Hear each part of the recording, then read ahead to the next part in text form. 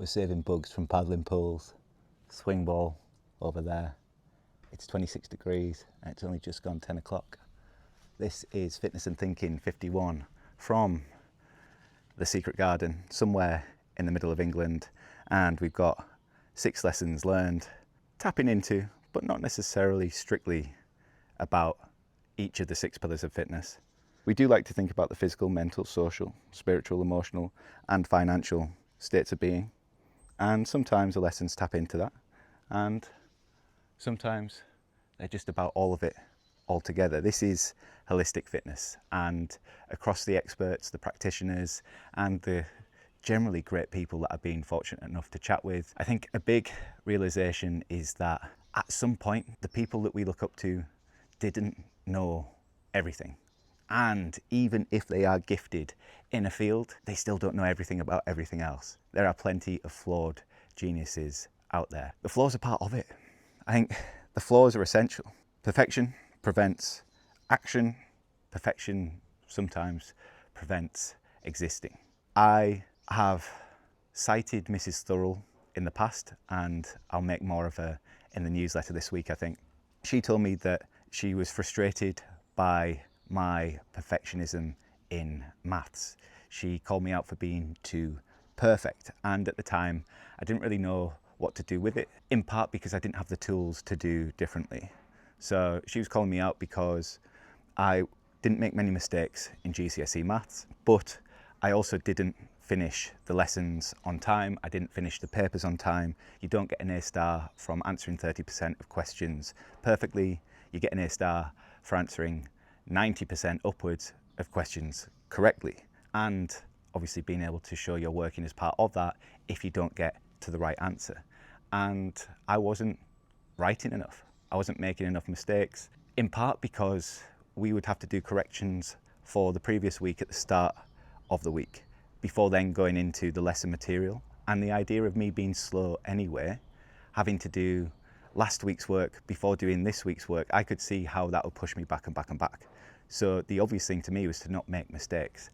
But the time I spent on not making mistakes meant that I didn't actually learn everything that I could. That is something that sticks with me in everything that I do, from my coaching to my personal relationships to PlayStation games when I pick them up.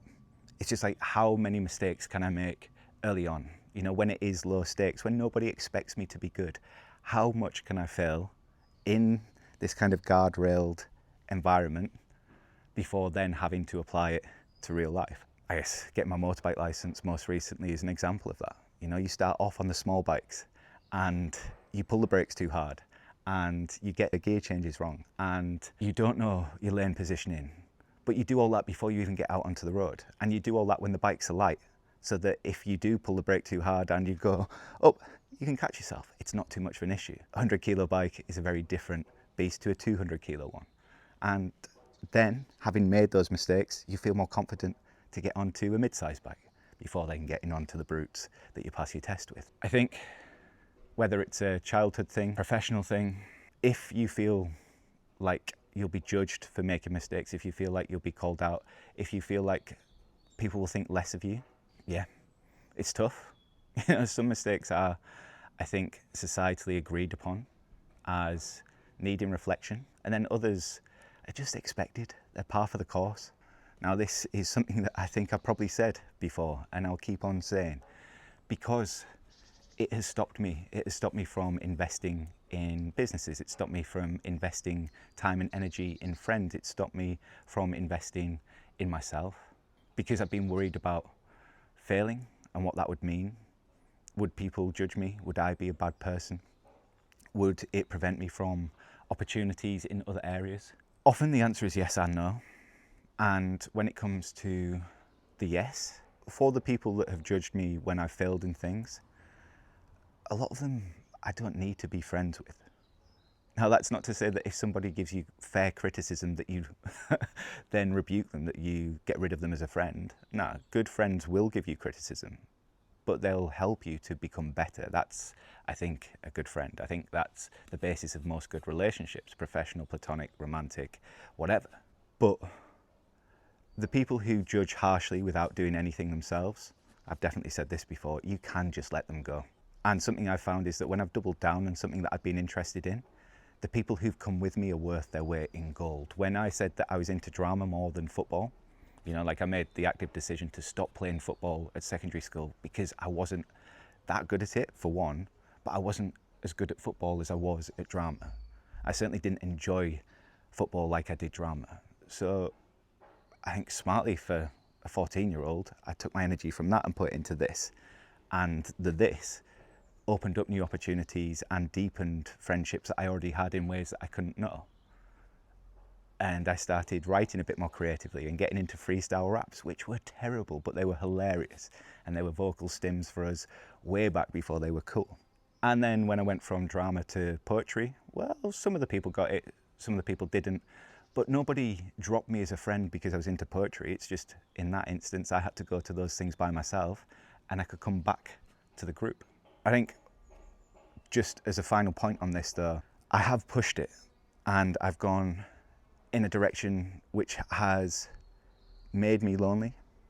So when I was 19, I went on a backpacking trip around Europe, 30 days backpacking, 10 cities, 9 countries, and it was an incredible thing to do. I worked all summer and I spent the money that I earned in the summer on this trip. Now, my boys from school invited me on like a Marbella, Ibiza, Malia type trip. I'm really pale, like I am deliberately stood under a tree wearing a cap, wearing Factor 50. I don't necessarily do well with the sun. I'm not too bad in the heat, 6 months of backpacking have proven that to me. Being in Mexico and California, I know that I'm all right in the heat, but the actual sun, not great for me. And drinking in the sun would be a terrible idea. I don't like alcohol that much. It's not that I didn't like my mates, but I think they saw me not going on that trip as a bit of a rebuke. And we had 4 weeks of not being with each other through a really good summer. And they obviously deepened their relationship and I wasn't a part of that. And when I came back, I recognized that I wasn't a part of that. And I think from that point, that's when it really did start to split off if it hadn't already. Now, I wouldn't change the fact that I went on that trip. I learned so much and it inspired further travel and helped me to connect with speaking different languages a little bit more. And I think showed to me as well that I don't need alcohol to have a good time. It showed to me that it was the people, it was the attempt at speaking languages, it was the different foods, it was the novel experiences. That's what really gets me. And my life since then, I think, has been chasing more of that and bigger trips or stranger locations. And not everyone will come on those trips with you. And that could be tough.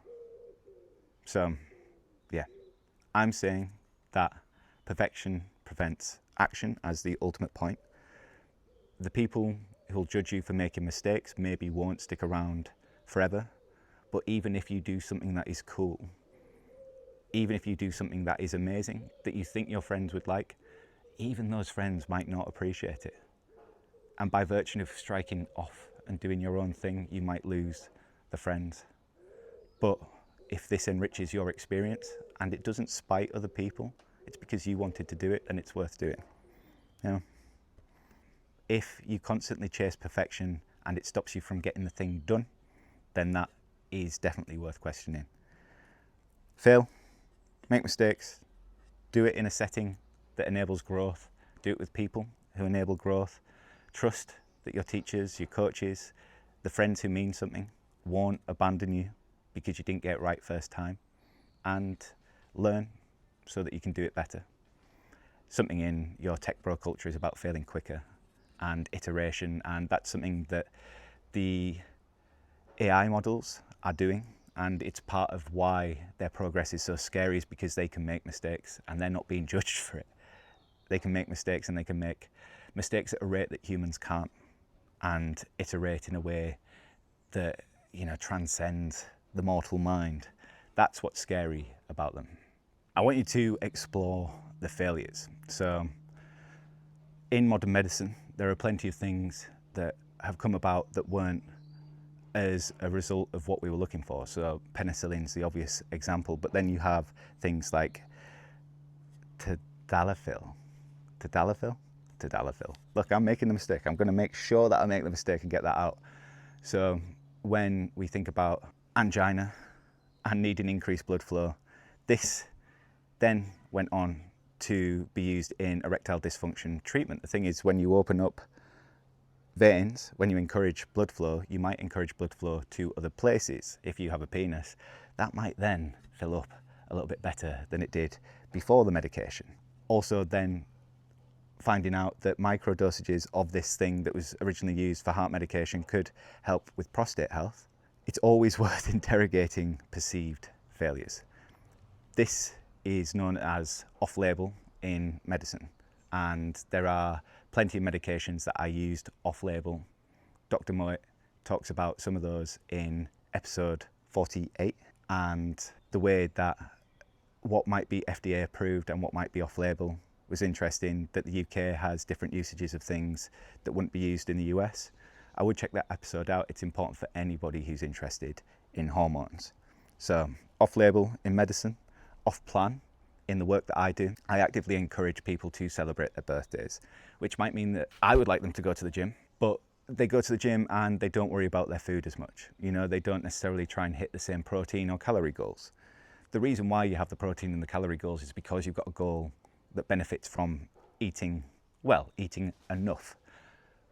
But sometimes you just want to eat cake, and cake might not have all the protein in it, but one day of eating cake, or more realistically, one meal of eating cake really isn't going to ruin everything. Amy Stevens says this in episode 40. If you eat 30 times a week, you eat 30 meals a week, nobody is expecting every single meal to be perfect.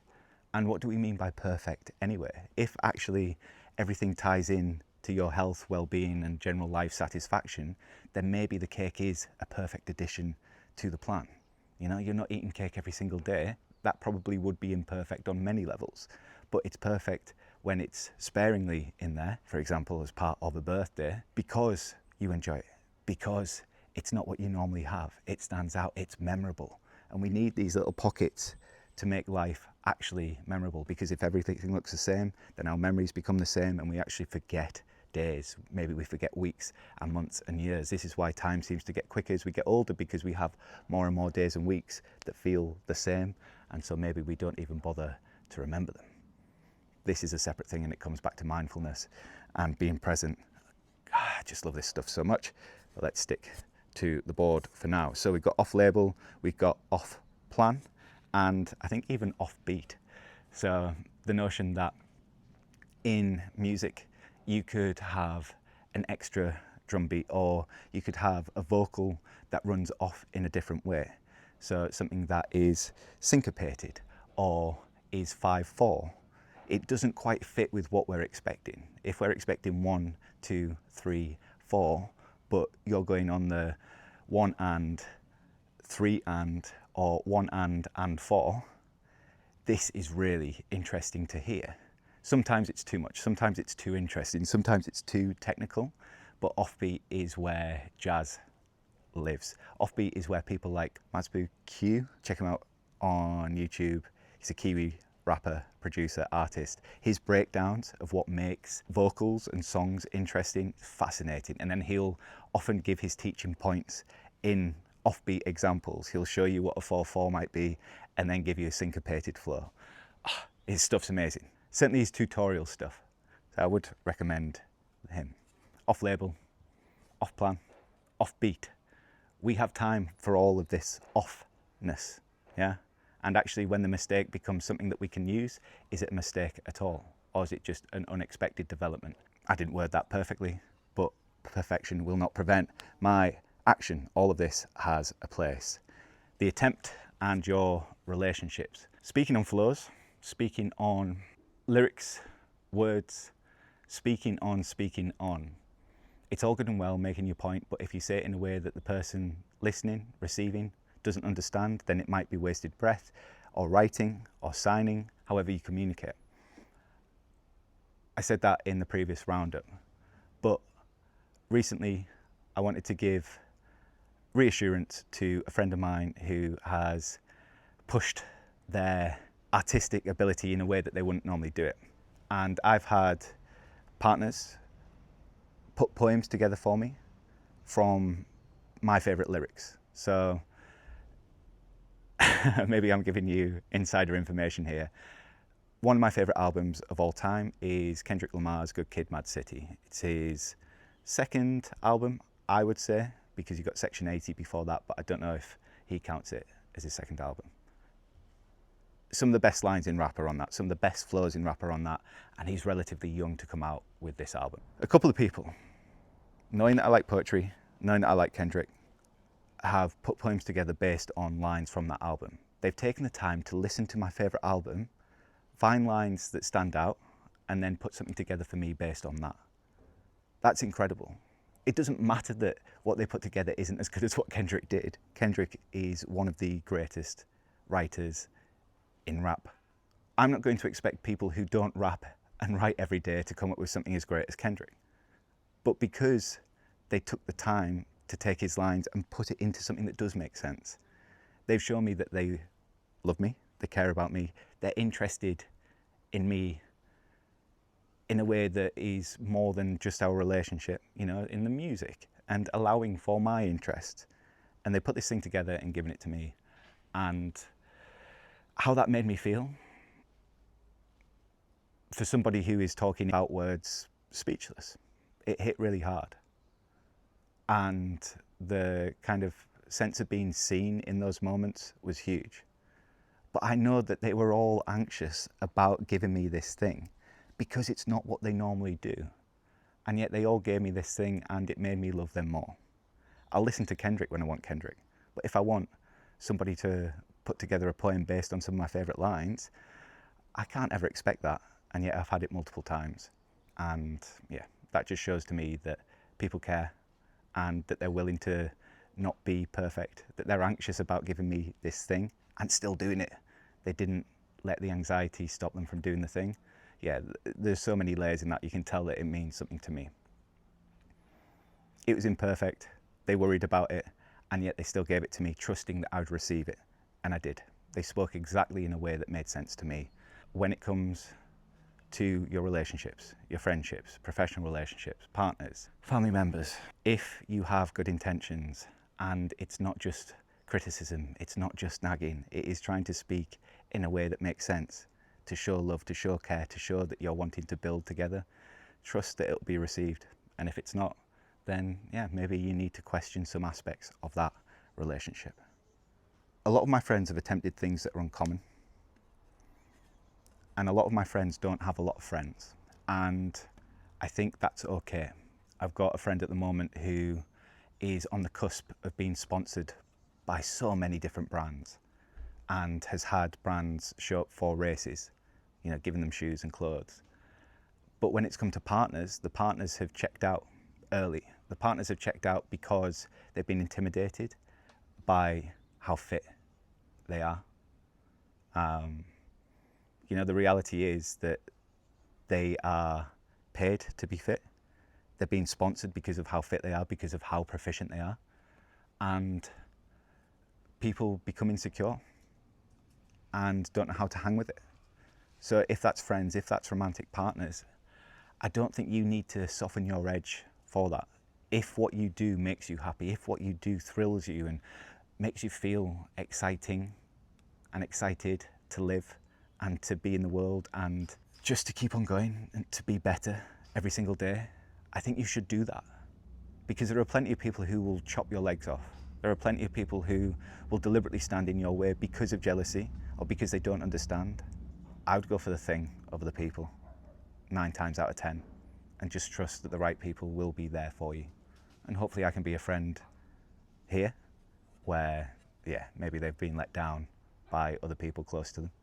I think it's sad. I know when I did my trip, losing friends as a result of doing something that was just exciting to me was tough, but I would absolutely do that trip. I'd do that trip 99 times out of 100. Maybe tied into that, being popular isn't the same as being right, being the best, being helpful. We've said this before, but again, this is another lesson worth repeating. Alcohol kills things. It's normalized. It's not good for you. hey, if you enjoy it, go for it. But I would rather that you don't complain to me about how hungover you are or how it stopped you getting your training in because of how hungover you were. You know, how it impacted your digestion, your mood, your skin, your relationships. Plenty of people this year alone have sent me weird messages on Mondays following big drinking sessions, only to apologise on Tuesdays for how they acted. And it's just like, look, I'm here. I've not run away, but this is the third weekend in a row that you've been doing it now. I'm going to suggest to you in a kind and constructive way that maybe drinking, as you have been, impacts your mood and your ability to perceive things and could be worth curbing, not doing for a little bit to see how it makes you feel. And a couple of people have done that and found that on Monday they've not sent the same messages. Just a thought, just an idea. That one's a bit closer to home, but it happens professionally as well. If you're watching me, you're listening to me, then you're probably also watching and listening to people who are like me. And so you may have come across ideas like this before. You may also have thought of them yourself. Like, this is absolutely fine. I think it's always interesting to get a slightly different take on the same thing, because ultimately, you know, there's nothing new under the sun. We're all approaching things from slightly different angles by virtue of being different people.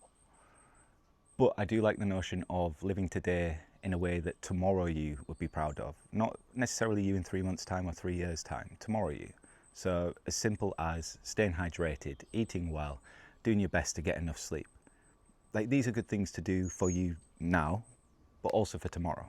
And if you can keep on doing that, then it's not a motivation thing, it's not a discipline thing, it's just how you live thing.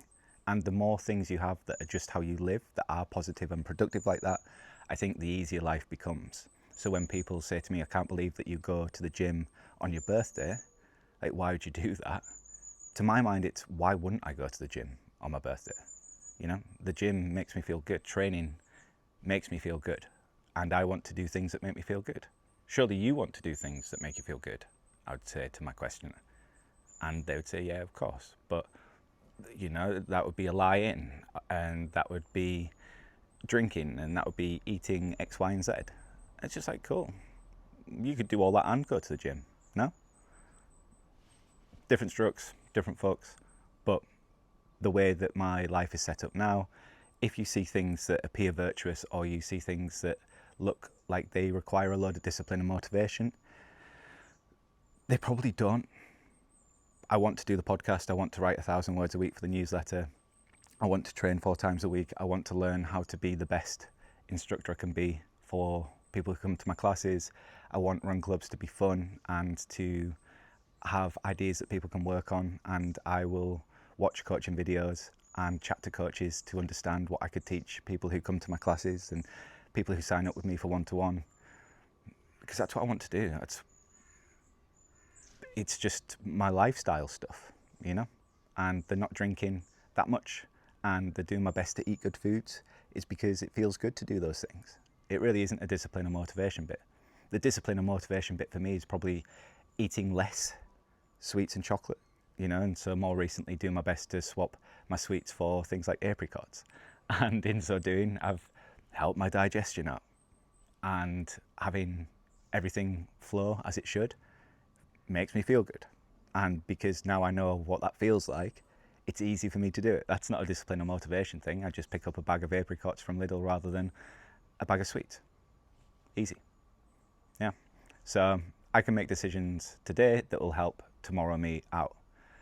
I think also tied into this is the idea of delayed gratification in the extreme is no gratification at all. This is a line that is put through podcasts like Modern Wisdom, and it makes a lot of sense. You know, I've spent plenty of time with people who will talk about holidays that we'll have, or the fitness that they'll have, or the house that they'll buy. It's like, that's cool, but what can you do for your fitness right now? You don't have a deposit yet for the house that you want. Are you saving? If you're not even saving for the deposit for the house that you want, maybe you just think about the house that you're in for now, yeah? And try and make this the best one that you live in. Try not to put things off to when you have X, you know, having X in order to have Y. You may never get X, but you can have Y without X a lot of the time. would be my take on that. The way that you can play with that though is, say, by booking a holiday 6 months down the line, and also being on a trip. Yeah, so booking your next trip from a holiday and not worrying about it until then, but actually, you know, you're in this thing, you're hopefully enjoying this thing, and you know in 6 months' time you're going to have another thing. Like, that could be a way to play with both. I quite like the locality of mine at the moment. I quite like the proximity in time and space. It's very easy. I can hop on my bike, I can go to the gym, I can see my mates in Matlock for a bank holiday weekend, I can buy apricots instead of sweets, I can record a podcast when I've got an idea, I can just record a voice note if it doesn't even need to go out into the world. I'm going to come on to all of this still in future lessons. So yeah, don't put things off forever, and if it feels like it's contingent, ask yourself if you really do need X for Y. Okay, what if, based on this, and it's not carpe diem, the kind of apocalyptic, what would you do if this is your last day on earth stuff, I still think a lot of what I've described is what I would do. I'll probably still get a workout in, but then I'll probably go on my bike, and I'll probably go for a long drive, and I'll probably try and take someone with me. But I did all of that this weekend. So maybe your last day on earth stuff, how can you make it your today on earth? And particularly in the context of athletes and people who are hit with life-changing diagnoses. So Emma Dealing talked about how when she was diagnosed with epilepsy, what that meant in the immediate was that she couldn't drive anymore. She had a license taken from her, which felt like an immediate removal of freedom, of independence. That's massive. You know, I have no idea what I'd do in that feeling of independence being taken from me. You know, I know that I'd have to sell my bike. I know that some of the trips that I've got planned wouldn't happen with me as the driver. I would have to find another driver. I would have to question whether I can do that trip, you know. But while I can do those things, it makes sense to do these things.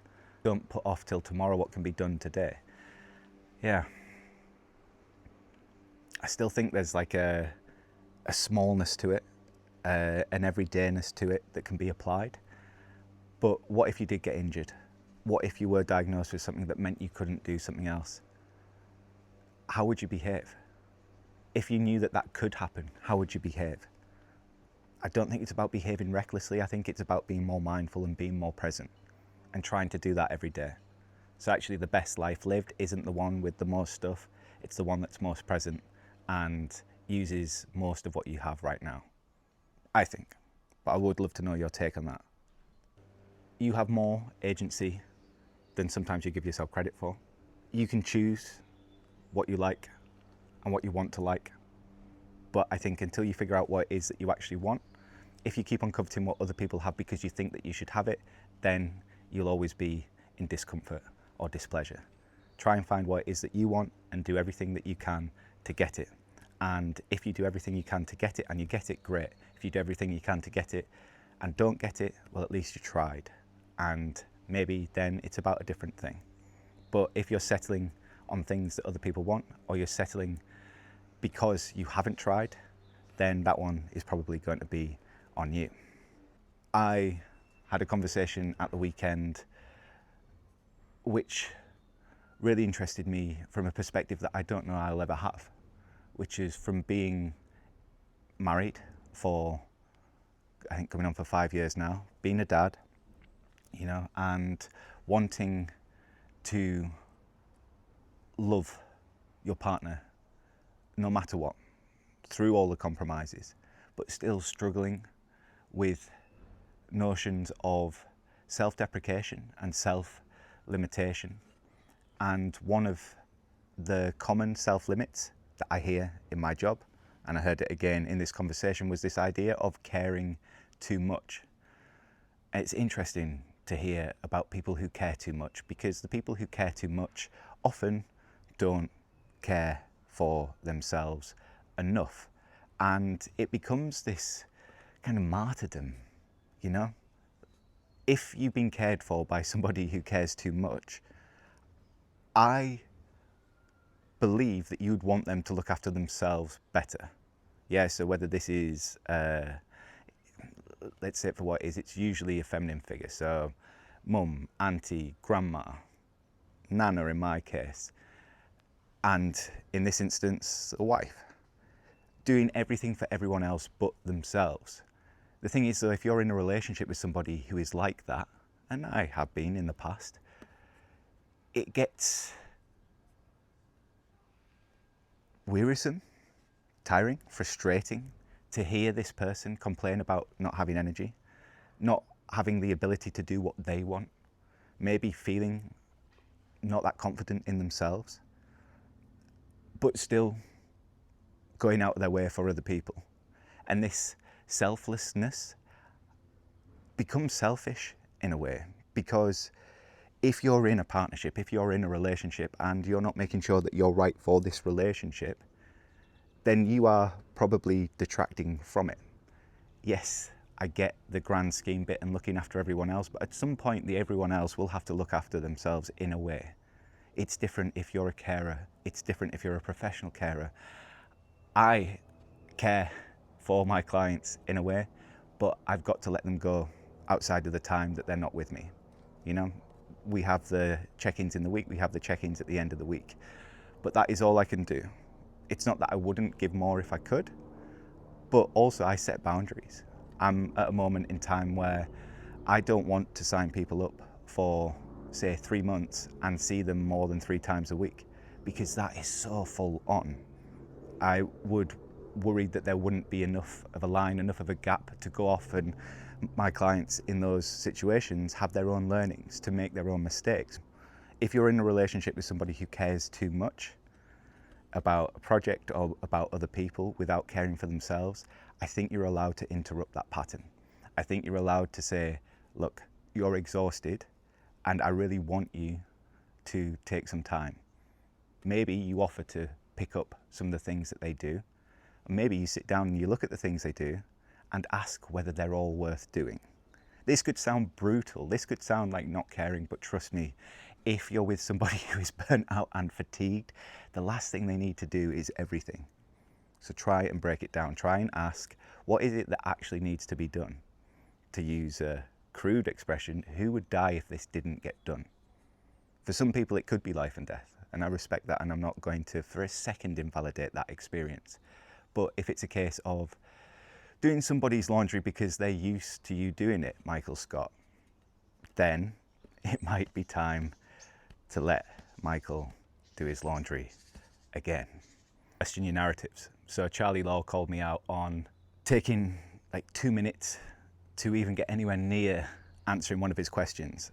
And I recognised that in my waffle was discomfort at not really having a clean answer. You know, I was talking to this life coach and recognising that I didn't really know why I did what I did in that aspect of my life. You can go back to that chat and see that I've kept the 2 minutes in. It's just I've put them into a 3-second clip. Some people thought there was something wrong with the audio. I do apologise for that. I try and keep it visually entertaining as much as orally entertaining.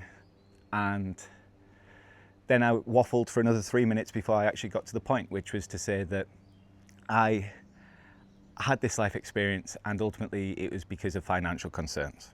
Like, I could have just said that in a sentence, but it took me 5 minutes to talk about it because I was embarrassed or shy or nervous or whatever, and all of that is valid, but how many moments are there in our lives where we do that? I was chatting to somebody really recently who I think is fantastic, but their take on relationships frustrates me, in part because it's not my experience. So this idea that it takes 2 years to trust a person, I've never heard that before, certainly not my experience. I have trusted people for life after a night out with them. You know, that's my experience of trust. But for this person, it takes years because of experiences they've had. And I think that's tough. If you feel that something, particularly when it comes to interactions like this, needs years, and that is your experience, then life may be slow for you. If you're open to the idea that things can happen more quickly, maybe they happen more quickly. If X, then Y. I don't know. Use it if it's helpful, but if it's not, question it. If it takes you 5 minutes to answer a simple question, why is that? Is it because you're uncomfortable with the reality? Why are you uncomfortable with it? It's all right to be uncomfortable as well. You know, it's all right to say that you don't know. It's all right to go, look, I actually wasn't happy with what I did in this time, and the question that you posed is valid. And maybe it's triggered me, maybe it's made me think negatively or emotionally, or, you know, maybe it's helped me to think differently, and that's good. Try and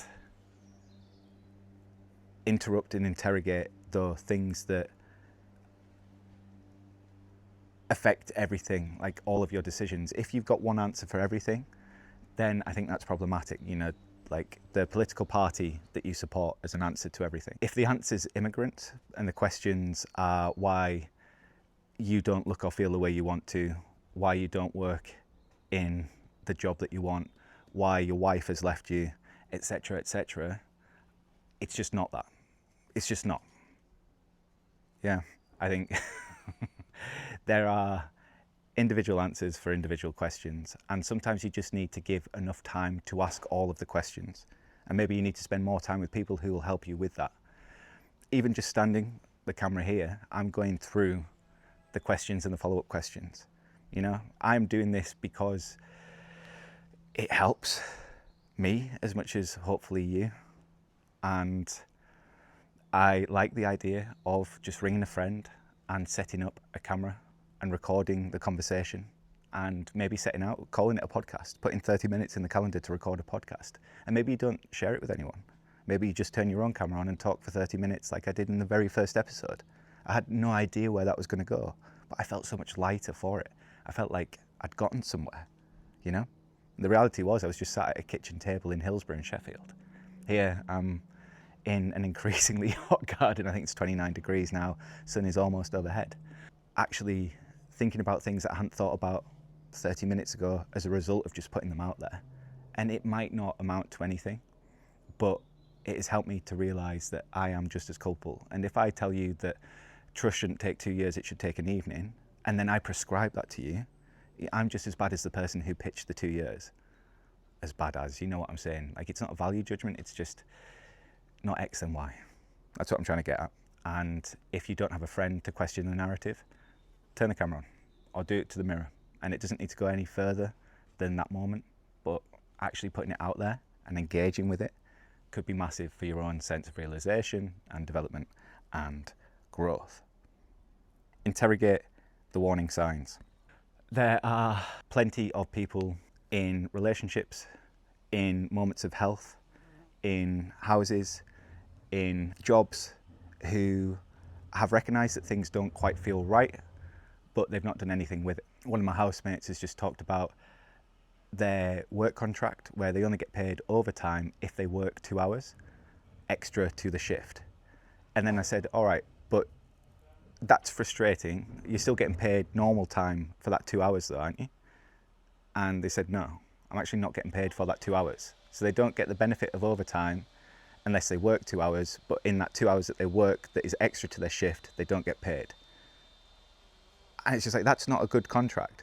I don't even know if that's legal.